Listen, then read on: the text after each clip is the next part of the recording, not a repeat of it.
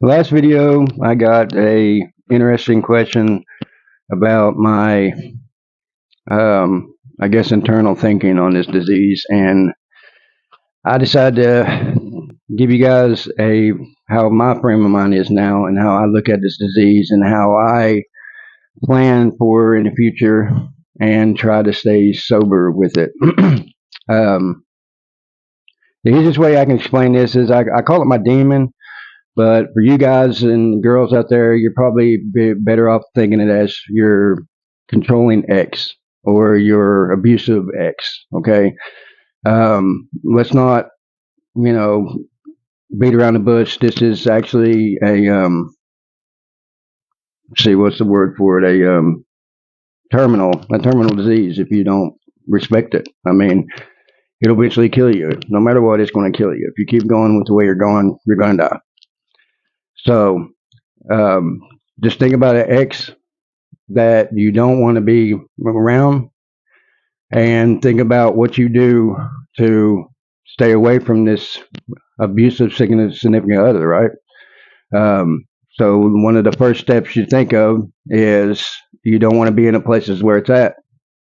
So you take steps to avoid those places. You take steps to avoid people that will introduce you to those people, to that person.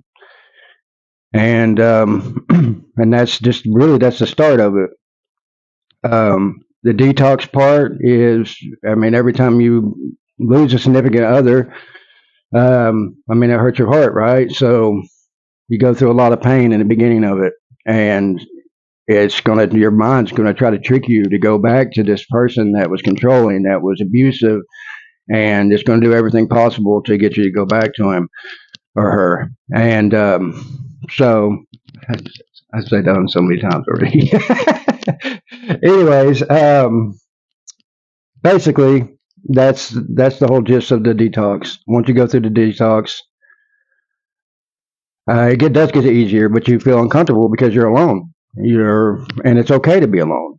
Most people freak out when they get to this part because they don't have anybody to talk to. They lost the people that they talk to every single day, and they're used to running down the road to find this stuff, to get this stuff.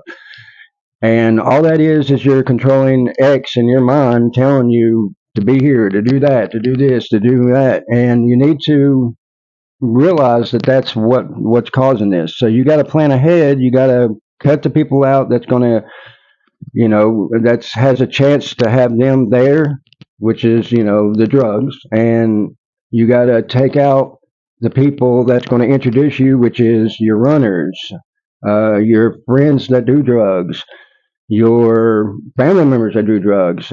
You want to surround yourself with people that are going to support you in your decision to break up with this person, and that's your support group.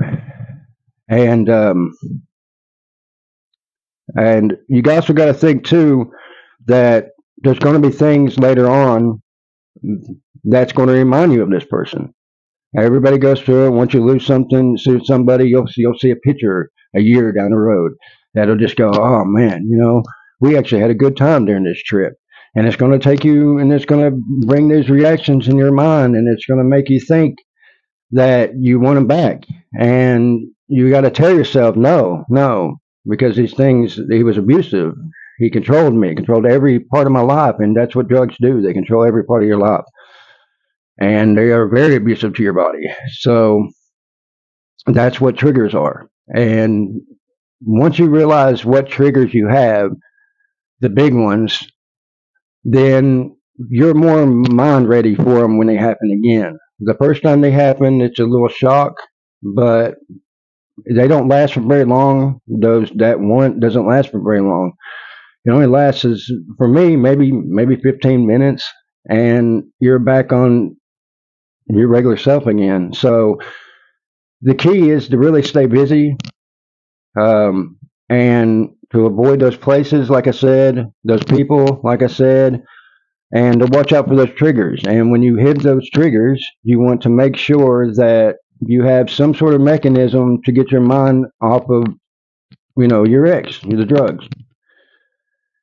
So basically, that's really what I wanted to talk to y'all about, was was that mind frame. That's the way I look at this. When I get up every day, I say a speech in the mirror to myself, usually under my breath because it's embarrassing. I ain't gonna lie.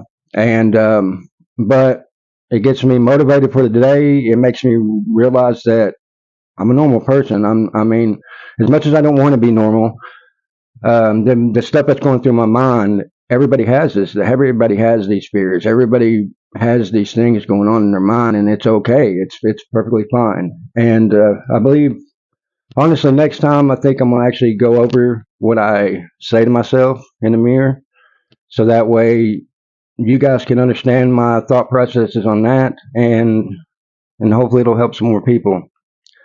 But for right now, just try to fight the war, fight that war in your head against your ex, and stay sober.